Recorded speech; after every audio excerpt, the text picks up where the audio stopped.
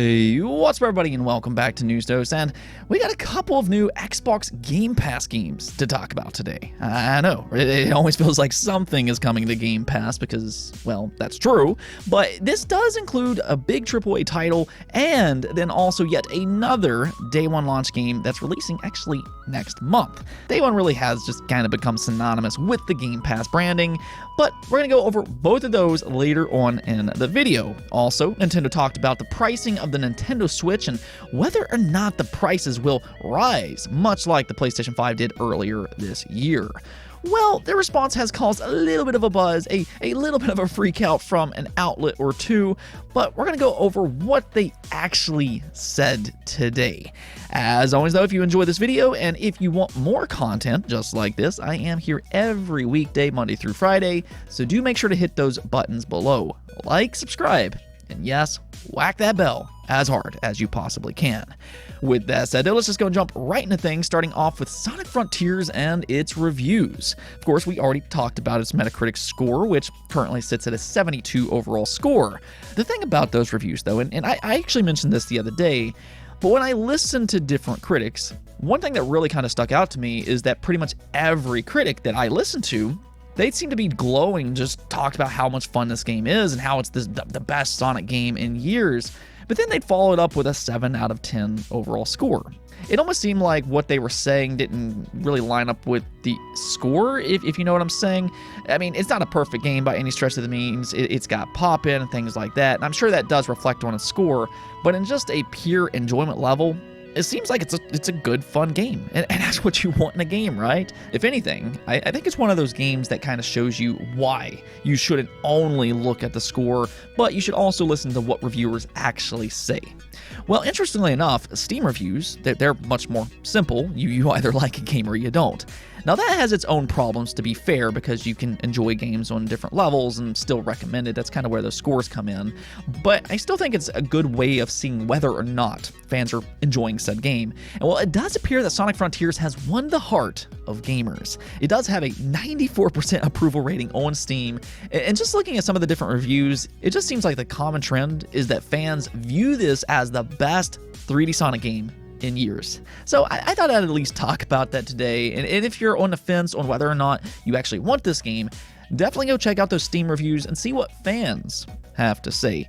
I think critics are great to listen to, but you know, at the same time, it's always really good to see what fans think about said games as well, so definitely go check out those reviews. Now Capcom, they just made an announcement that could potentially be quite huge if, and that's always the big question here, but if they do it properly, and that's a new Monster Hunter mobile game. They did just announce that they've entered a partnership with Teamy to bring the Monster Hunter experience to mobile devices. In their official statement, they say the in-development game will reproduce the hunting actions that define the Monster Hunter series and offers players a new game experience unique for mobile devices and phones. Now, not really much else is being said on what type of game this is, so it's kind of hard to tell if this will be some type of gotcha cash grab that so often plagues the mobile market, or if it will be a legitimate action RPG. So, I mean, I guess we'll still have to wait and see about all of that, but that there is the thing. If Capcom does this right, if they do put a real effort into making a legitimate Monster Hunter experience for phones, I mean, that could actually be massive. I mean, the Monster Hunter IP is extremely popular, especially over in Japan, where mobile gaming is very popular. So I'd say at the very least, this is a smart move for Capcom to make. Now, whether it turns out to be a good game or not, that's always a big question when it comes to mobile games. But at the same time, I mean, there are some legitimate good mobile experiences out there, like Genshin Impact as an example. So I guess we'll just have to wait and see on this Monster Hunter mobile game. Now, we also got an update for Tales of Symphonia Remastered. It is officially set to release on February 17th and will be available for all consoles, Nintendo, PlayStation, and yes, even Xbox, which is really, really nice to see. And this is, I'd say, a cool release, but also with a drawback. Now what I mean by that is that it's really cool to see this game come back. It's a beloved JRPG, and because of its art style, it stands the test of time. I think it does have that timeless art style to it. Where it's a little bit more unfortunate, though, is that this remaster is based on the PlayStation 2 version, which does have more content, and that's why they're using that version.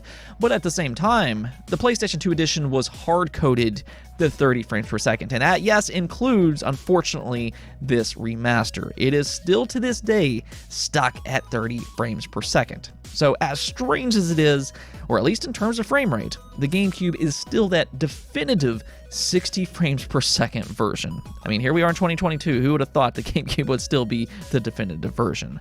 I mean, it's still a good game at the end of the day, though. Yes, it's strange seeing a remaster like this stuck at 30 frames when these consoles are much more capable than that. But nonetheless, it's still a good game, and it is now set for a February 17th release. So go ahead and mark your calendars if you're looking forward to Tales of Symphonia Remastered. Let's go talk about Xbox Game Pass, though, because not just one game, but 2 games just got announced, because why not? There's always something new for Game Pass subscribers, and this time it includes a big AAA title being Battlefield 2042. Yeah, that's right. After being on the market for a year, it is heading over to Xbox Game Pass and EA Access later this month. Now, they're not giving an exact release date just yet, but they did note that it's coming late November, and this includes Season 3. Now, Season 3 will bring several new additions, such as new weapons like Bad Company 2's XM8 and Battlefield 3's A91. More interestingly, though, they're also reintroducing classes including Assault, you have Engineer, Support, as well as Recon. So this could actually have a big impact on how this game is played, and that might be perfect timing, because it's no big secret that Battlefield 2042 has struggled. This game did not meet expectations upon launch, and it's really one of the classic examples on why delays are a good thing, not bad.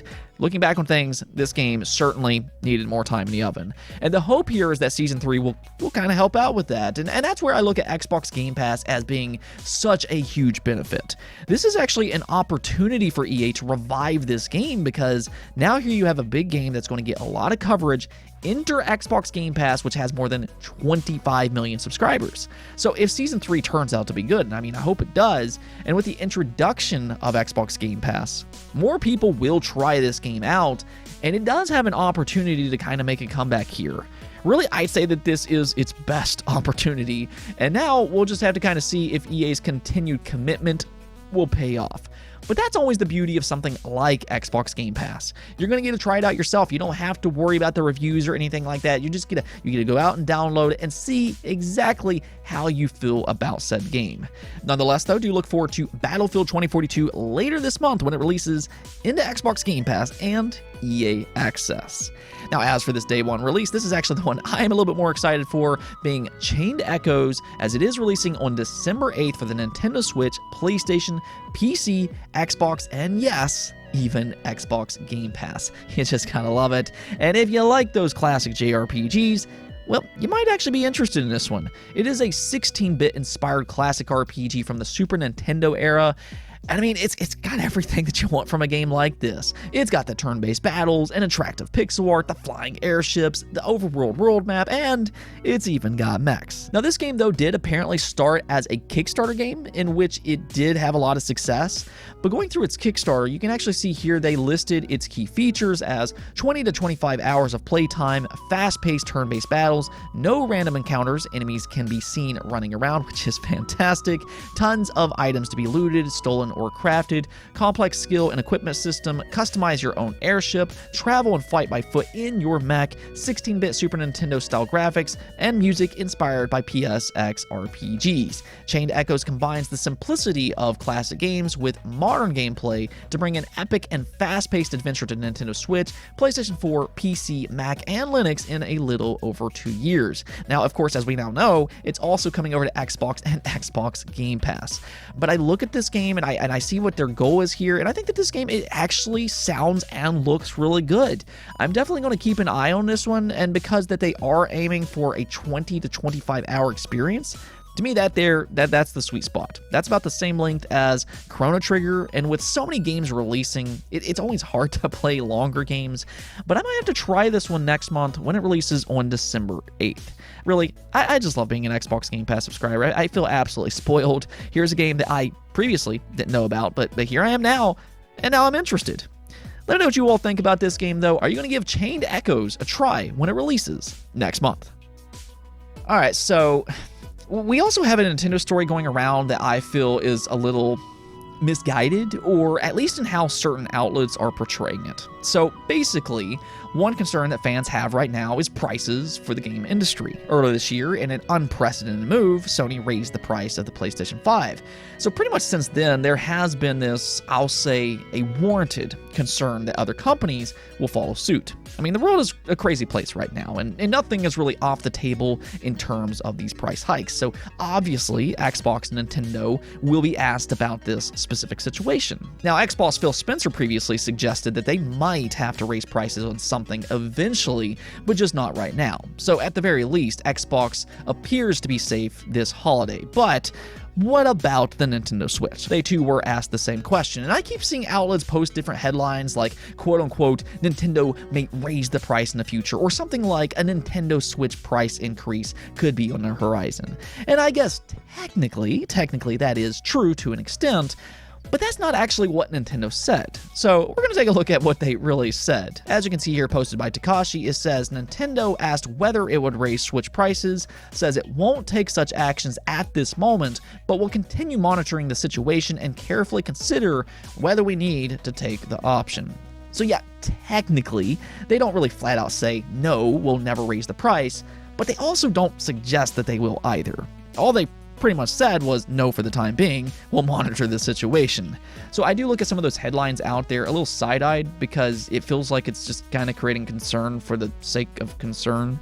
However, just my own prediction here, I don't think the Switch will raise in price. The Switch has been profitable for years. Yes, their profit margin has probably diminished as of recent, but this is a nearly 6-year-old console, and I would be shocked if they rose its price in year 6. Now, if I'm wrong, I'll come back on this channel and I'll tell you all just how shocked and wrong I am. But if I were to guess, the more likely scenario here is that Nintendo will introduce a newer console at a higher price, and maybe raise the price of their games to that infamous $70. That to me sounds a little bit more likely than raising the price of a 6-year-old console.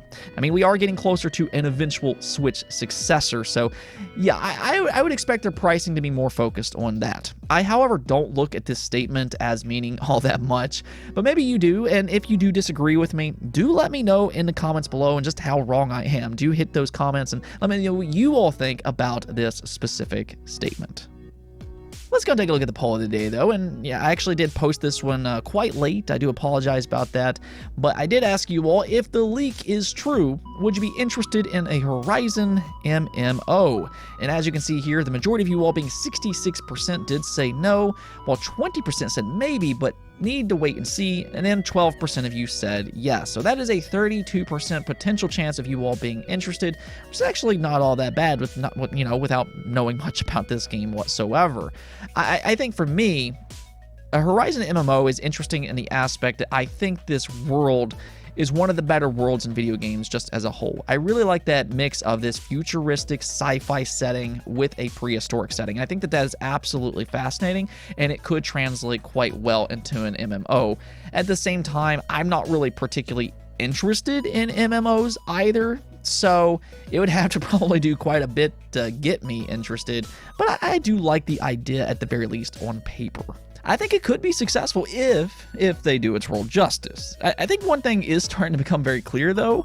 Sony holds the Horizon IP in high regards. Seems like they have a lot going on with this IP, whether that be a new film, we're hearing about a remake, there's that VR game coming next year, and now also this MMO. I also assume that we'll eventually get a Horizon 3, as well as the ending for that game does leave some little hints, to say the least. I'm all for it, though. I really liked Horizon Forbidden West. It's actually one of my favorite games that released this year. So if they want to make this a pillar franchise this generation, yeah, I'm more than okay with that. Anyways, though, that's it for this episode, but if you liked the video, don't forget to bell notification and subscribe button for more content just like this. Also, if you'd like to support the channel through Patreon, thank you for making this content possible. Peace out.